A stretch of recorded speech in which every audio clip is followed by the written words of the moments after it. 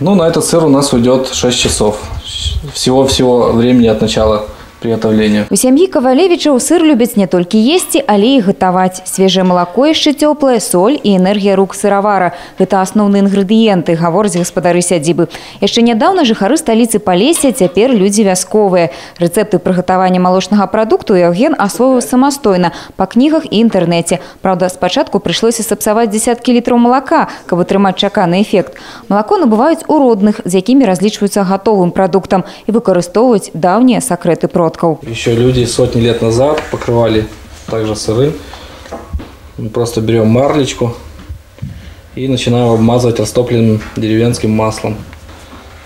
Вот, оно потом засохнет, образуется такая корка, которая предотвращает излишнее испарение влаги из нашего сыра и позволяет ему после 3 месяцев выдержки оставаться сочным и не высыхать. Звычайна Яўген сыр варыць па начах. Днём працуе інжынерам-механікам на чыгунцы, адказвае за камп'ютарныя сістэмы. Каб атрымаць 1 кілаграм сыра, неабходна каля 15 літраў малака. Аматар экапрадукту марыць асвоіць рэцэпты камамбера і бры, сыры з цвіллю для гурманаў. Выспяваюць сыры ў адпаведных умовах. Для гэтых мэт гаспадару сядзібы нават прыйшлося перарабіць пограб. Цяпер тут правільная вентыляцыя, а натуральны прадукт захоўваецца пры тэмпературы 12 градусаў ад 2 тыдняў да 3 месяцаў.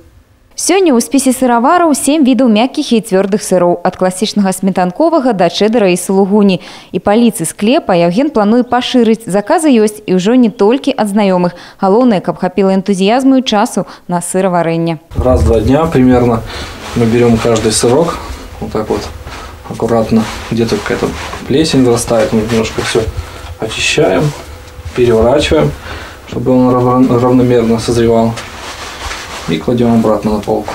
У вёску маладая сям'я пераехала 3 гады таму. Купілі ўчастак, старую хату перабудавалі, падворак паступова прывозяць у парадак, завялі гаспадарку. Кажуць, да і для дзяцей жыць на прасторы і свежым паветры значна лепш, а іх у Кавалевічаў пакуль 3. Решение было спонтанное переехать, и тогда, когда мы решили переехать, мы вообще не собирались там держать овечек, коров, там кур. Мы так думали, что вот переедем и будем тут там газончик стричь только и все. Ну, а потом как-то все завертелось, закрутилось, взяли курочек. Ну, легче дышится здесь, конечно, потому что мы, когда приезжаем в город, ну, все равно где-то там ездишь, то потом голова очень сильно болит, уже приезжаешь, просто отдыхаешь. И вечером выйти, просто посидеть, ну, здесь, послушать птичек, с утра тоже так все очень хорошо. Сям'я Кавалевічаў разумее, што жыццё ў вёсцы няпростае. Галоўнае тут мець працу. Сваю нішу яны знайшлі і мараць пабудаваць невялікую сыраварню. Вікторыя Патоні, Мікалай Кавалёў, Пінскі раён.